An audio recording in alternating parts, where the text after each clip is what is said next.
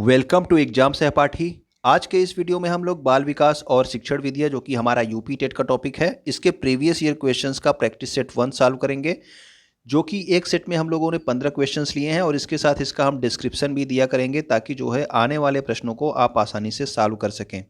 तो पहला देखिए क्या है कि बच्चे की वृद्धि मुख्यतः संबंधित होती है। तो बच्चे की वृद्धि आपसे पूछा है, तो जब आपसे वृद्धि की केवल बात होगी तो वृद्धि आपके किससे संबंधित होता है? तो वृद्धि आप याद रखेंगे कि शारीरिक विकास से संबंधित होता है।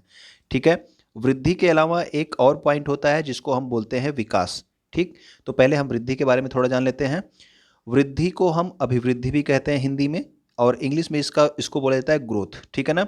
तो वृद्धि या अभिवृद्धि जो है ये केवल शारीरिक पक्षों में होने वाला परिवर्तन है। ठीक है।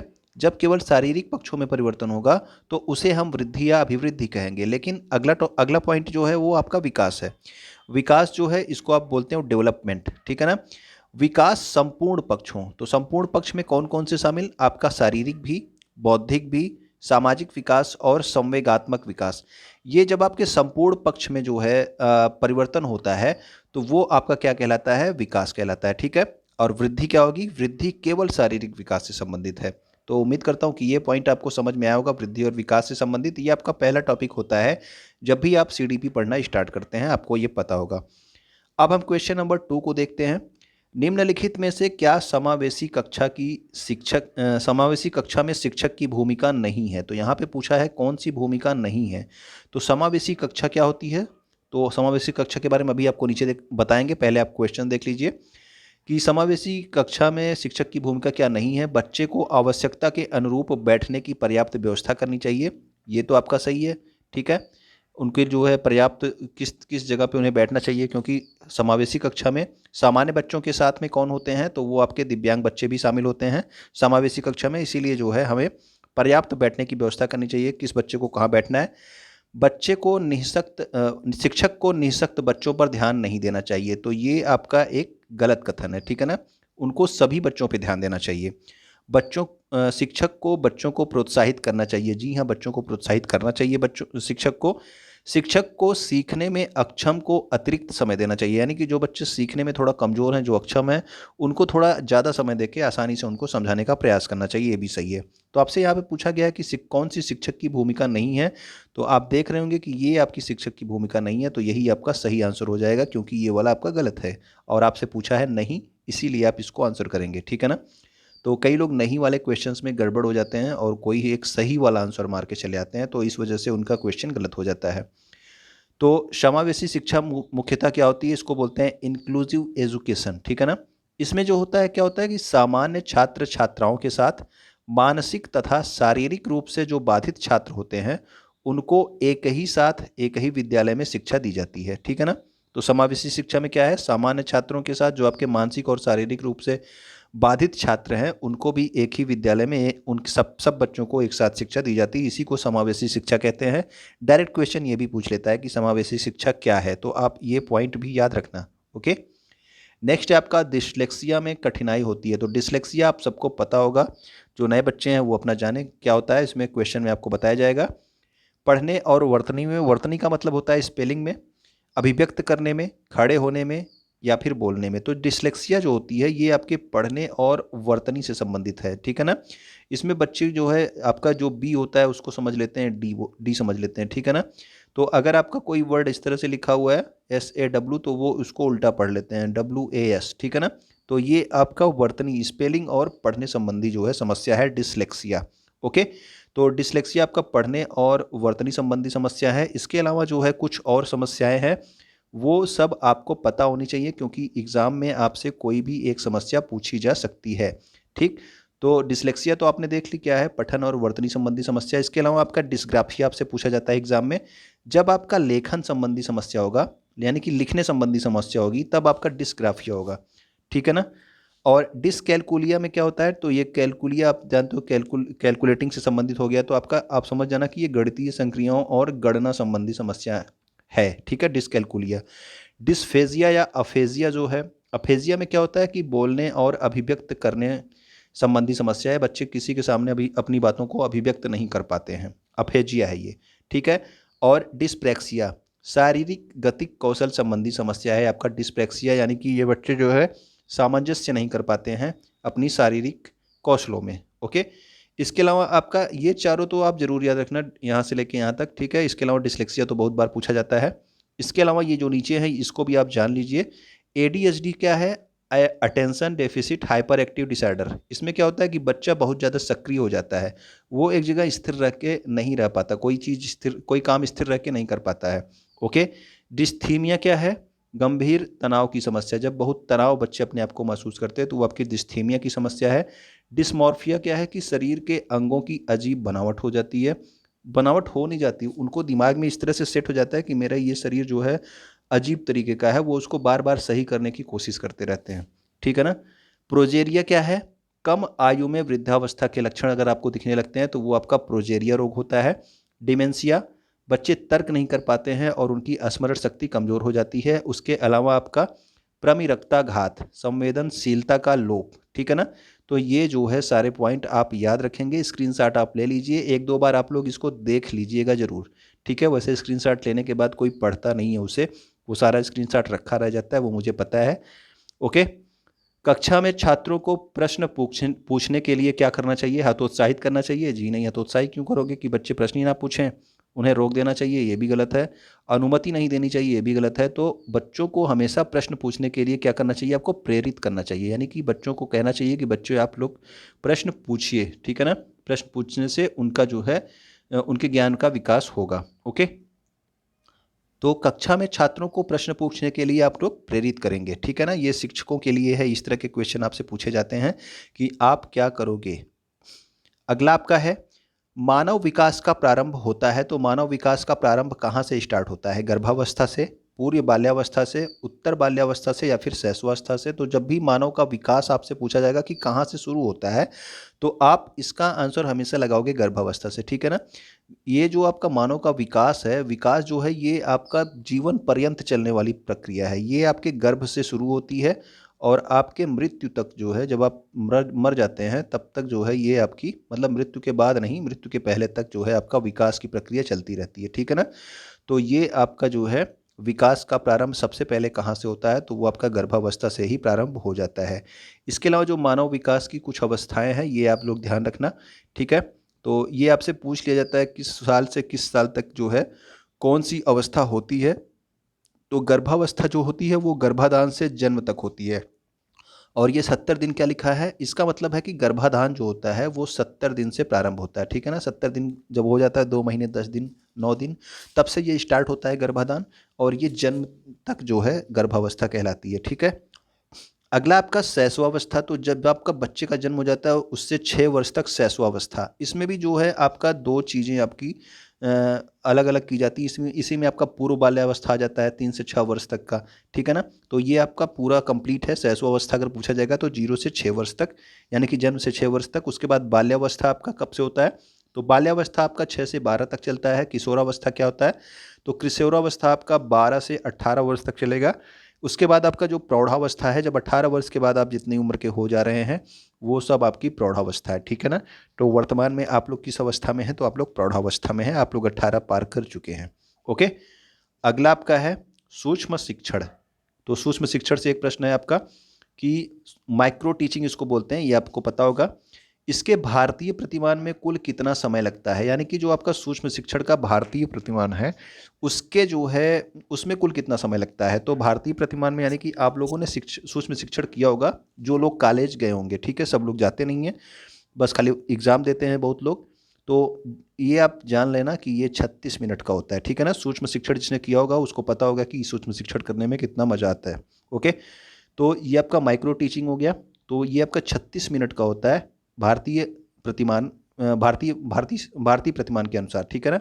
और एक क्वेश्चन आपसे पूछ लिया जाता है कि सूक्ष्म शिक्षण के पिता कौन है? तो आप लोग याद रखना ड्वाइट डब्ल्यू एलन, यानी कि आपको शार्ट में भी लिखा रहता है DW एलन, ठीक है ना। तो ये आपके क्या हैं? ये आपके सूक्ष्म शिक्षण यानी कि माइक्रो टीचिंग के फादर हैं। ओके, 1963 में इन्होंने इसकी खोज की थी, और ये कहाँ पे?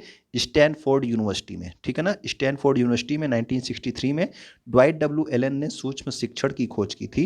और इसमें आप 36 मिनट याद रखना, ठीक है ना। सूक्ष्म शिक्षण यानी कि माइक्रो टीचिंग कितने समय के लिए होता है, तो वो होता है आपका 36 मिनट के लिए। इसके अलावा आप ये पॉइंट्स याद रखना, इसको कहते हैं माइक्रो टीचिंग साइकिल। तो इसमें जो आपका सबसे पहला पॉइंट है वो आपका पाठ योजना है। पाठ योजना बनाने के लिए सबसे पहले आपको समय नहीं दिया जाता है, ये आप पहले से बना के लाते हो, ठीक है ना। तो पाठ योजना आप प्लानिंग पहले से करके आते हो। उसके बाद आपको शिक्षण के लिए 6 मिनट का समय दिया जाता है, यानी कि बच्चों को टीचिंग कराने के लिए, ठीक है। शिक्षण के लिए 6 मिनट का समय। उसके बाद आप क्या करते हो, पढ़ाने के बाद क्या होता है, प्रतिपुष्टि यानी कि फीडबैक लेते हो, उसके लिए भी आपको 6 मिनट का समय। तो 6 मिनट आपका 12 मिनट हो गया।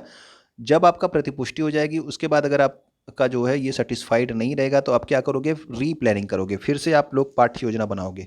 और अब दोबारा जब आप पाठ्य योजना बना रहे हो, रीप्लानिंग कर रहे हो, तब आपको प्लानिंग करने के लिए 12 मिनट का समय दिया जा रहा है। याद रखना कि पहली बार आपको पहले से प्लानिंग करके आनी थी, ठीक है, पढ़ाना था और फीडबैक लेना था। उसके बाद आप क्या करना है, आपको जब रीप्लानिंग आप करोगे, फिर से पुनः योजना बनाओगे, तब आपको 12 मिनट का समय दिया जाएगा। उसके बाद आप फिर से पढ़ाओगे, ठीक है, 6 मिनट उसके लिए पढ़ाने के लिए। उसके बाद आप फिर से जो है फीडबैक लोगे, उसके लिए आपका 6 मिनट, ठीक। तो ये आपका यहाँ पे जाके ये आपका चक्र कंप्लीट हो जाता है। ओके, तो ये आप याद रखना, 6 मिनट 12, उसके बाद आपका 12 मिनट पुनः पाठ योजना में 24, इसके बाद पुनः शिक्षण में 30, उसके बाद प्रतिपुष्टि में आपका 36 मिनट, ठीक है। तो सूक्ष्म शिक्षण में आपका कितना हो गया, 36 मिनट कंप्लीट हो गया। ओके,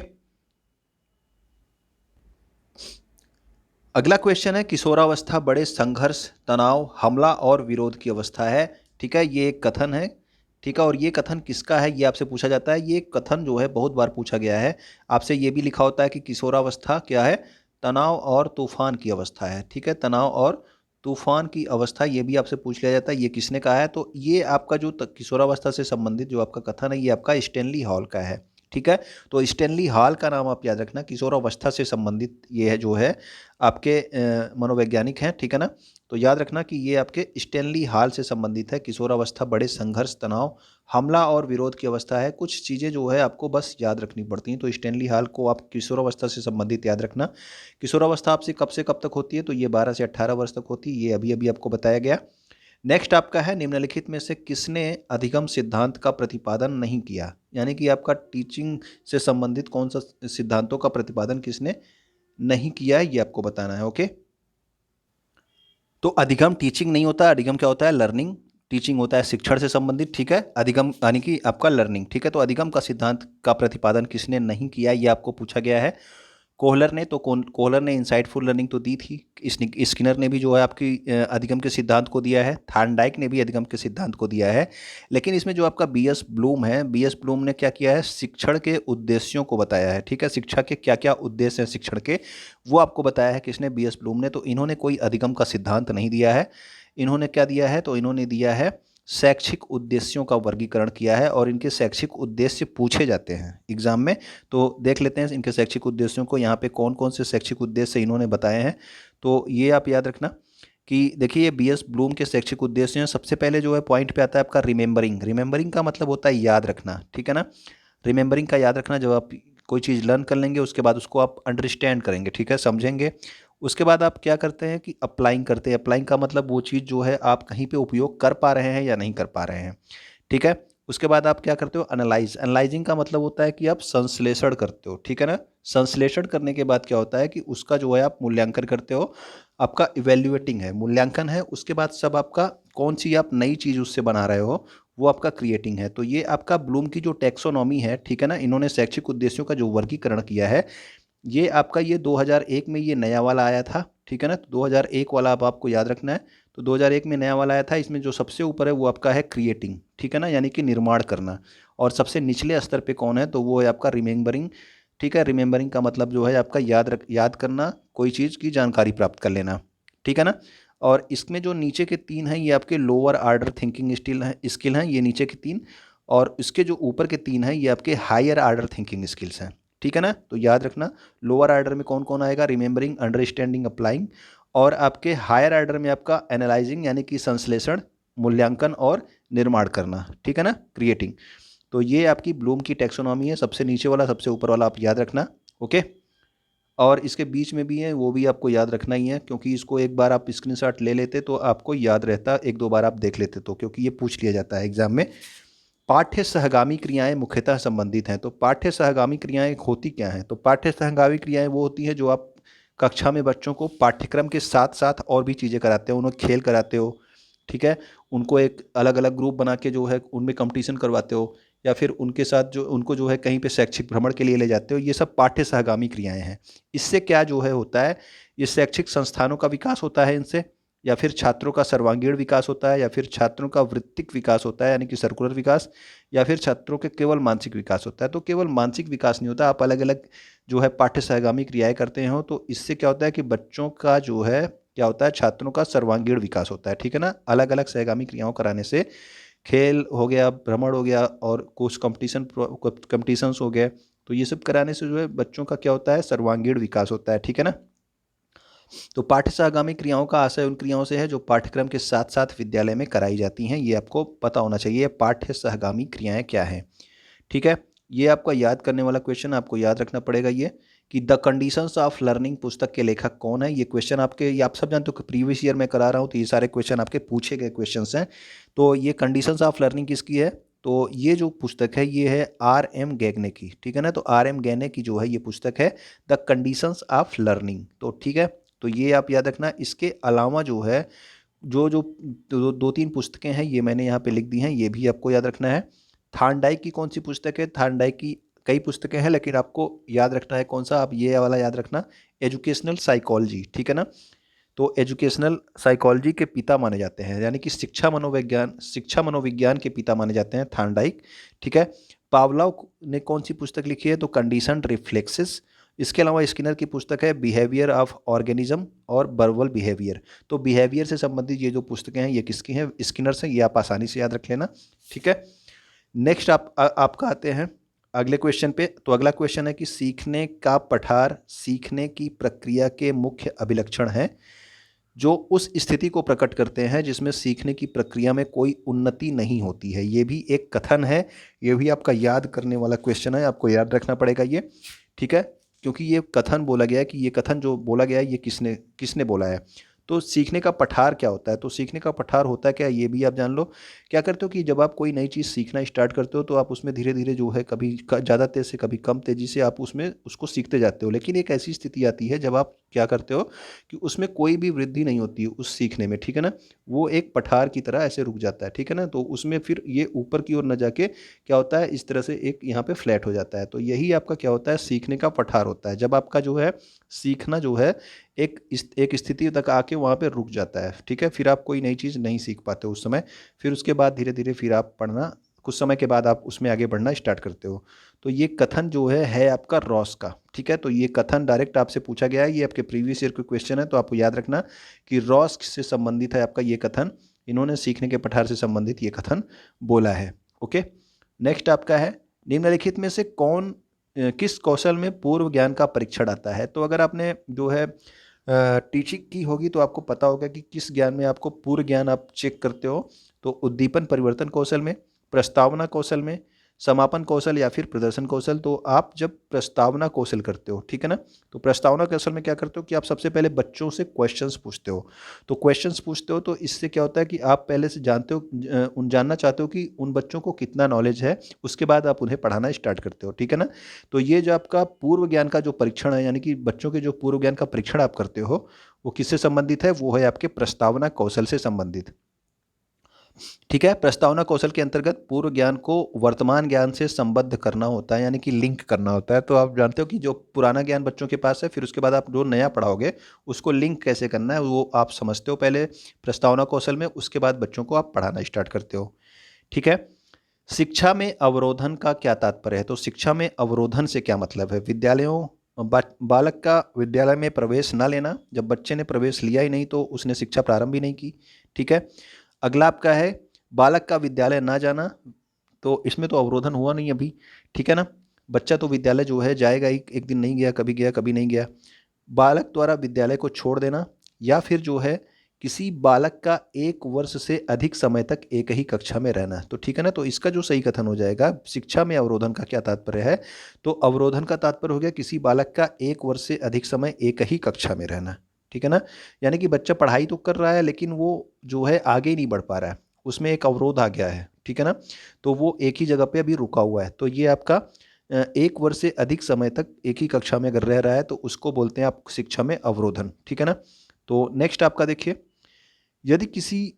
यदि शिक्षक कक्षा में एक छात्र को समस्यात्मक बालक के रूप में पाता है तो उसे बच्चे को दंड देना चाहिए, बच्चे को नज़रअंदाज कर देना चाहिए, बच्चे को परामर्श देना चाहिए, या फिर तत्काल घर वापस भेज देना चाहिए। तो जब भी आप कोई चीज़ नेगेटिव देखो ना बच्चों से संबंधित, तो वो आप आंसर मत चूज किया करो, ठीक है ना। दंड नहीं देना है, कभी नहीं देना है, ठीक है। नज़रअंदाज बच्चों को कभी नहीं करना है, चाहे वो कमज़ोर हों चाहे वो तेज हों, कभी नज़रअंदाज नहीं करना है। और उनको घर क्यों वापस भेजोगे, आप पढ़ने के लिए वो स्कूल में आए हैं, तो बच्चों को आप क्या दोगे, परामर्श दोगे। तो जो समस्यात्मक बच्चे होते हैं, या तो ये दिमाग से बहुत कमज़ोर होते हैं या फिर ये दिमाग से बहुत तेज होते हैं, इसी वजह से ये कक्षा में क्या करते हैं, समस्या उत्पन्न करते हैं, ठीक है ना।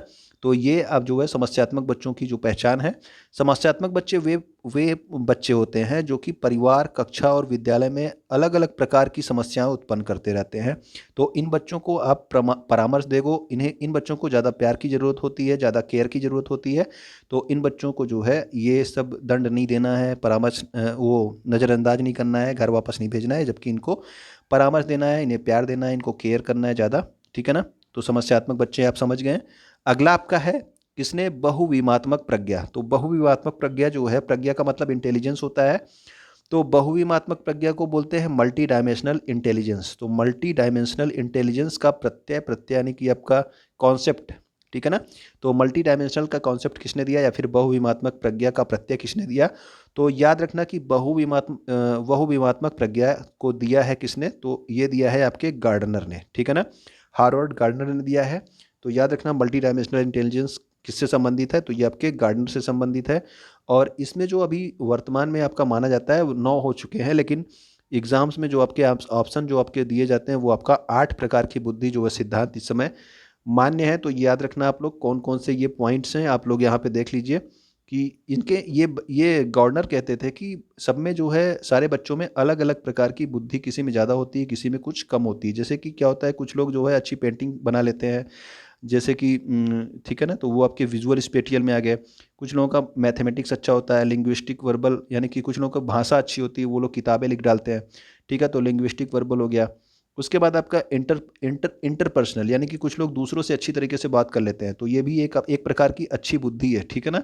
और इंट्रापर्सनल, कुछ लोग जो है अपने आप को वेल मैनेज करके रखते हैं, अच्छे तरीके से जो है खुद को जो है समझते हैं, हर चीज़ कर लेते हैं, तो वो आपका इंट्रापर्सनल हो गया।